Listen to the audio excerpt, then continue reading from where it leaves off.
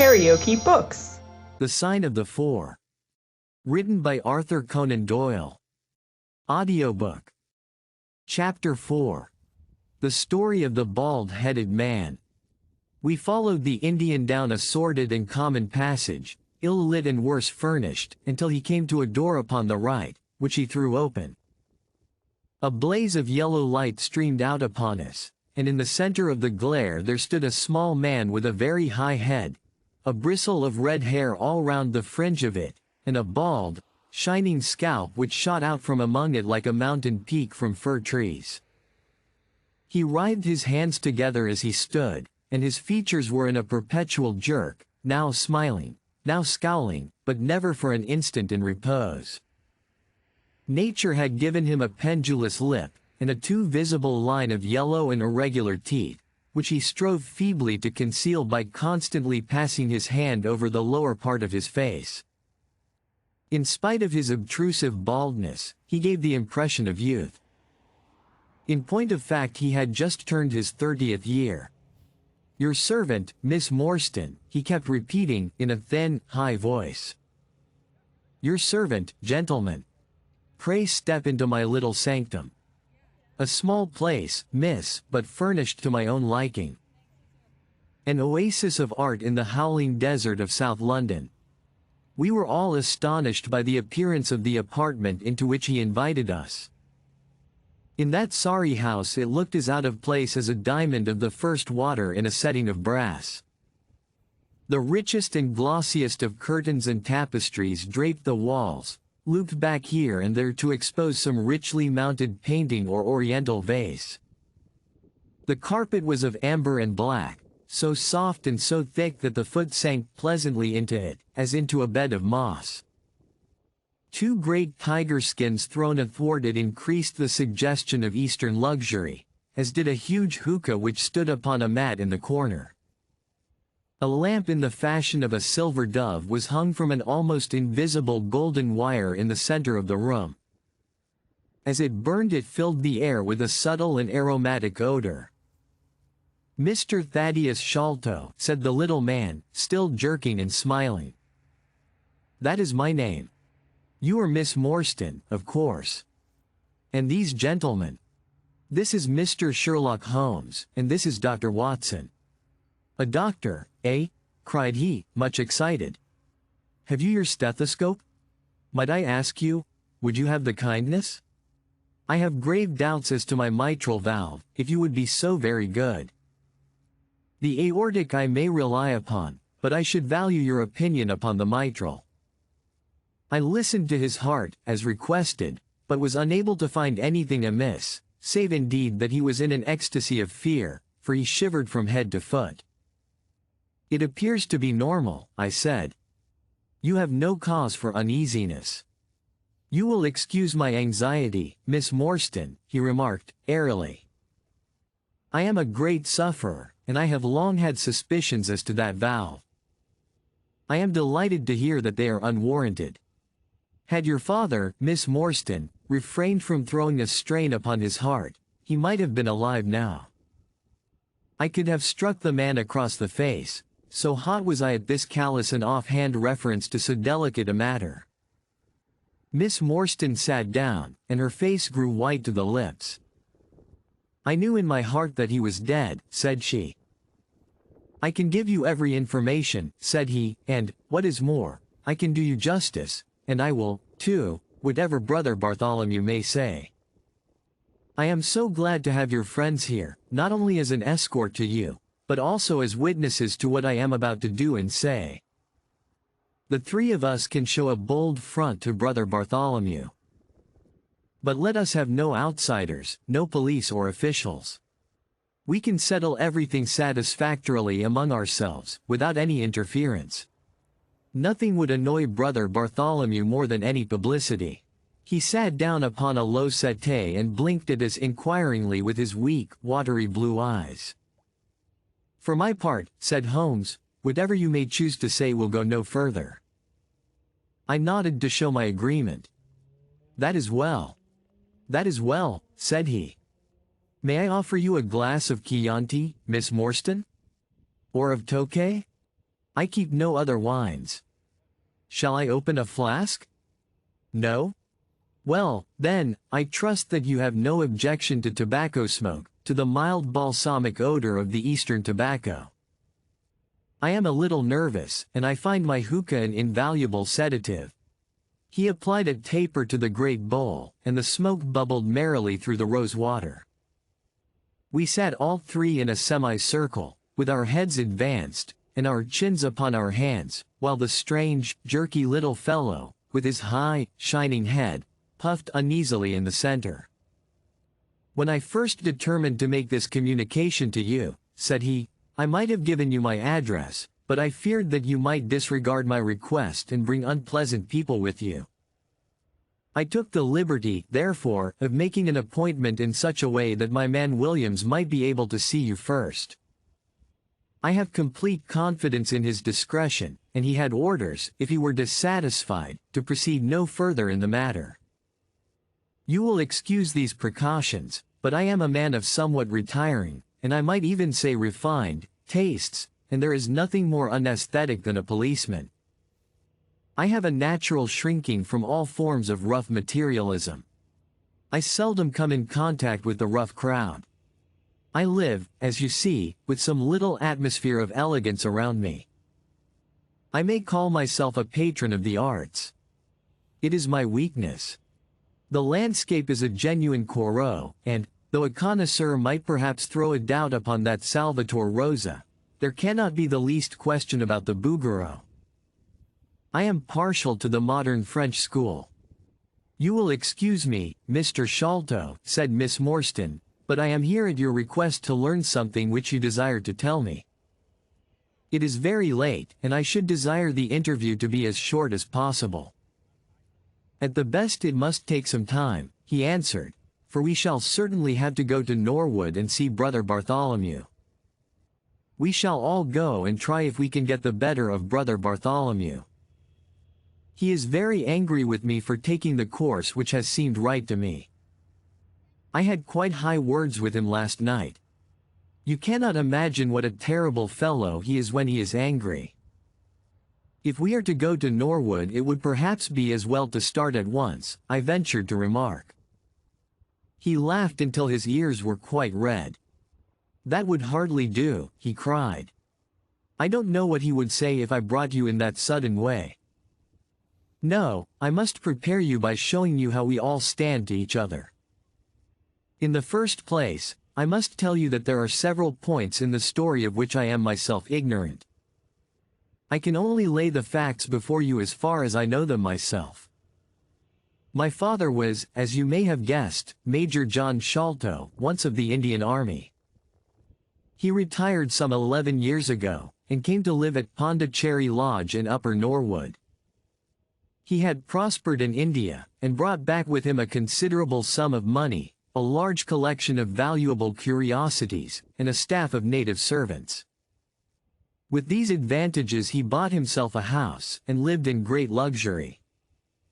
My twin brother Bartholomew and I were the only children. I very well remember the sensation which was caused by the disappearance of Captain Morstan. We read the details in the papers, and, knowing that he had been a friend of our father's, we discussed the case freely in his presence. He used to join in our speculations as to what could have happened. Never for an instant did we suspect that he had the whole secret hidden in his own breast, that of all men he alone knew the fate of Arthur Morstan. We did know, however, that some mystery, some positive danger, overhung our father. He was very fearful of going out alone, and he always employed 2 prize fighters to act as porters at Pondicherry Lodge. Williams, who drove you tonight, was one of them.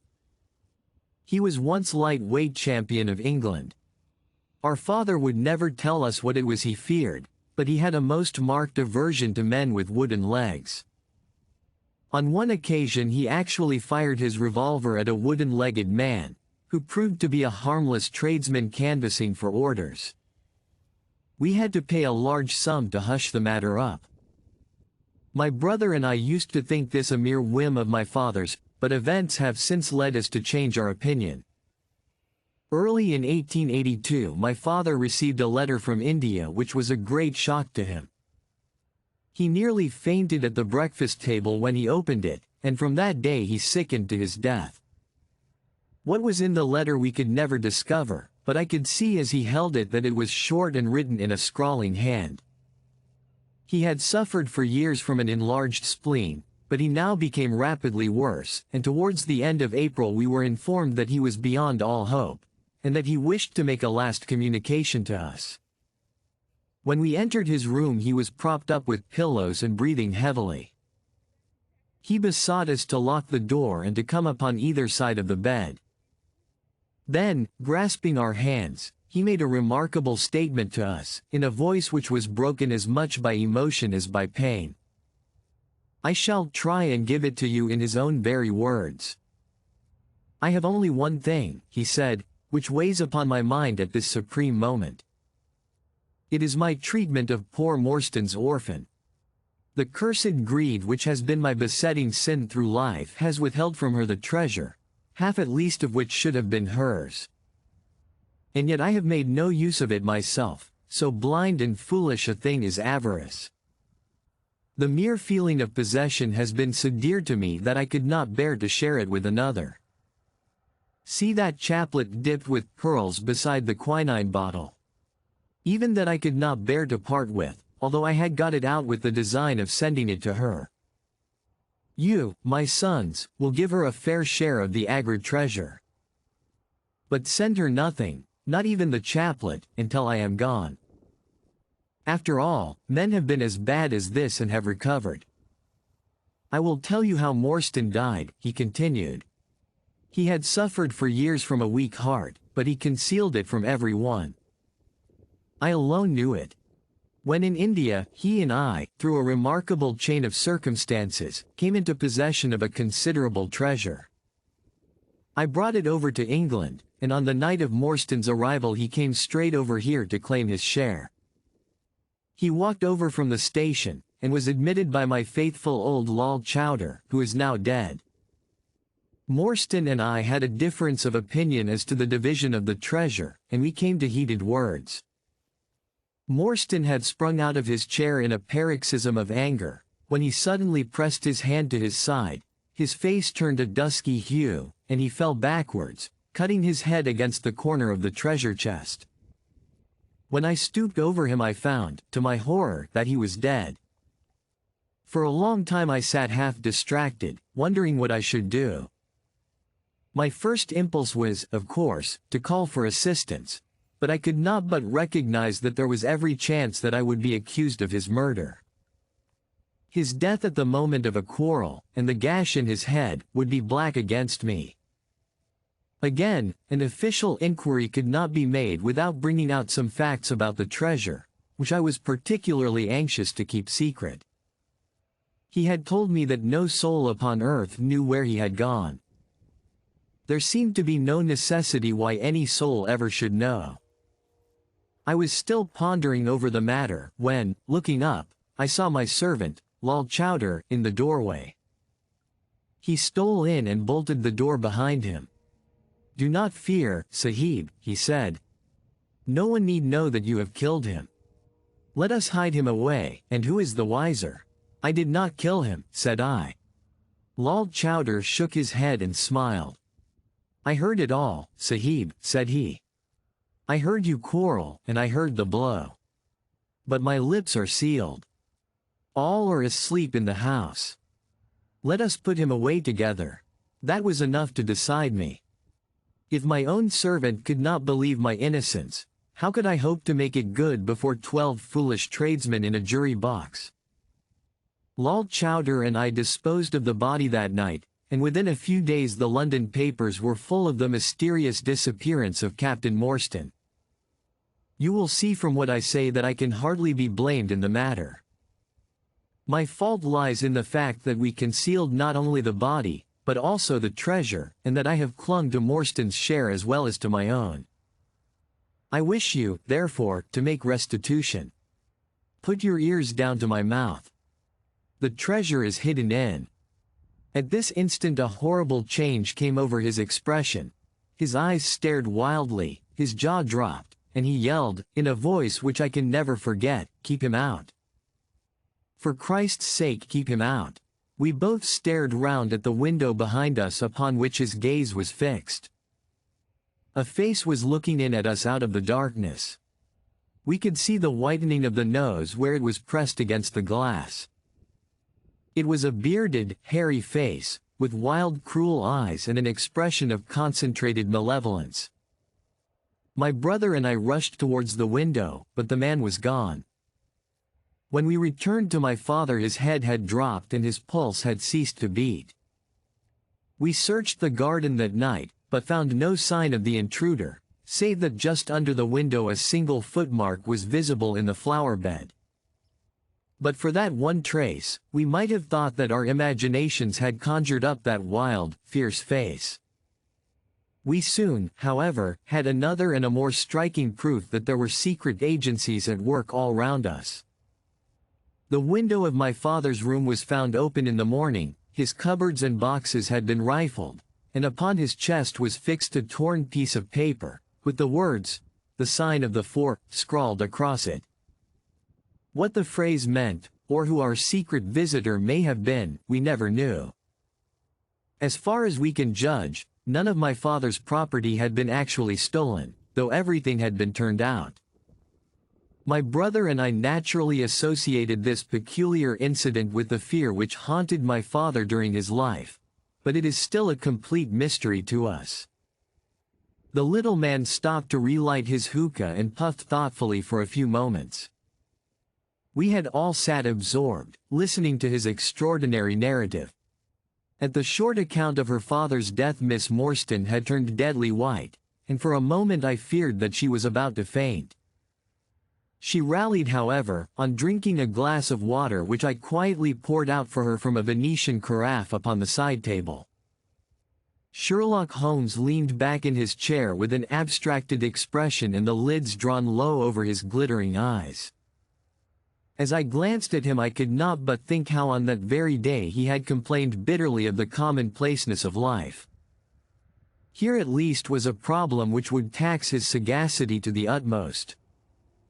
Mr. Thaddeus Sholto looked from one to the other of us with an obvious pride at the effect which his story had produced, and then continued between the puffs of his overgrown pipe. "My brother and I," said he, "were, as you may imagine, much excited as to the treasure which my father had spoken of. For weeks and for months we dug and delved in every part of the garden, without discovering its whereabouts. It was maddening to think that the hiding place was on his very lips at the moment that he died. We could judge the splendor of the missing riches by the chaplet which he had taken out. Over this chaplet my brother Bartholomew and I had some little discussion.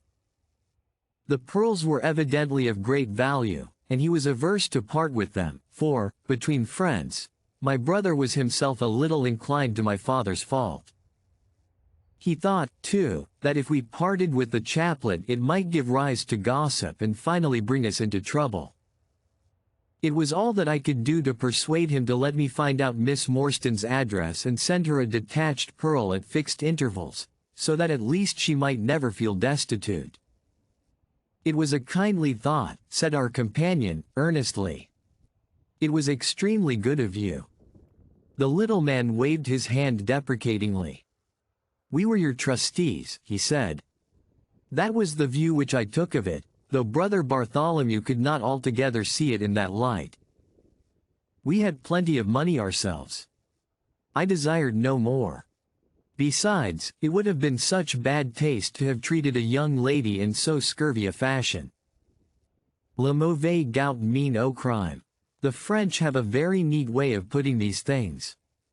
Our difference of opinion on this subject went so far that I thought it best to set up rooms for myself, so I left Pondicherry Lodge, taking the old Khitmutgar and Williams with me. Yesterday, however, I learned that an event of extreme importance has occurred. The treasure has been discovered. I instantly communicated with Miss Morstan, and it only remains for us to drive out to Norwood and demand our share. I explained my views last night to Brother Bartholomew. so he shall be expected, if not welcome, visitors." Mr. Thaddeus Sholto ceased, and sat twitching on his luxurious settee. We all remained silent, with our thoughts upon the new development which the mysterious business had taken. Holmes was the first to spring to his feet. "You have done well, sir, from first to last," said he. "It is possible that we may be able to make you some small return by throwing some light upon that which is still dark to you. But, as Miss Morstan remarked just now, it is late, and we had best put the matter through without delay." Our new acquaintance very deliberately coiled up the tube of his hookah, and produced from behind a curtain a very long befrogged topcoat with astrakhan collar and cuffs. This he buttoned tightly up, in spite of the extreme closeness of the night, and finished his attire by putting on a rabbit skin cap with hanging lappets which covered the ears, so that no part of him was visible save his mobile and peaky face. "My health is somewhat fragile," he remarked, as he led the way down the passage. "I am compelled to be a valetudinarian." Our cab was awaiting us outside, and our program was evidently prearranged, for the driver started off at once at a rapid pace. Thaddeus Sholto talked incessantly, in a voice which rose high above the rattle of the wheels. "Bartholomew is a clever fellow," said he. "How do you think he found out where the treasure was? He had come to the conclusion that it was somewhere indoors, so he worked out all the cubic space of the house, and made measurements everywhere, so that not 1 inch should be unaccounted for. Among other things, he found that the height of the building was 74 feet, but on adding together the heights of all the separate rooms, and making every allowance for the space between, which he ascertained by borings, he could not bring the total to more than 70 feet. There were 4 feet unaccounted for. These could only be at the top of the building. He knocked a hole, therefore, in the lath and plaster ceiling of the highest room, and there, sure enough, he came upon another little garret above it, which had been sealed up and was known to no one. In the center stood the treasure chest, resting upon 2 rafters. He lowered it through the hole, and there it lies. He computes the value of the jewels at not less than £500,000 sterling. At the mention of this gigantic sum we all stared at one another open-eyed. Miss Morstan, could we secure her rights, would change from a needy governess to the richest heiress in England. Surely it was the place of a loyal friend to rejoice at such news. Yet I am ashamed to say that selfishness took me by the soul, and that my heart turned as heavy as lead within me.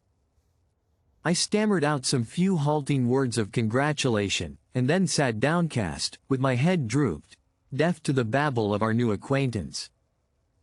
He was clearly a confirmed hypochondriac, and I was dreamily conscious that he was pouring forth interminable trains of symptoms, and imploring information as to the composition and action of innumerable quack nostrums, some of which he bore about in a leather case in his pocket. I trust that he may not remember any of the answers which I gave him that night. Holmes declares that he overheard me caution him against the great danger of taking more than 2 drops of castor oil, while I recommended strychnine in large doses as a sedative. However that may be, I was certainly relieved when our cab pulled up with a jerk and the coachman sprang down to open the door. "This, Miss Morstan, is Pondicherry Lodge," said Mr. Thaddeus Sholto, as he handed her out. If you liked what you heard, please subscribe to the channel.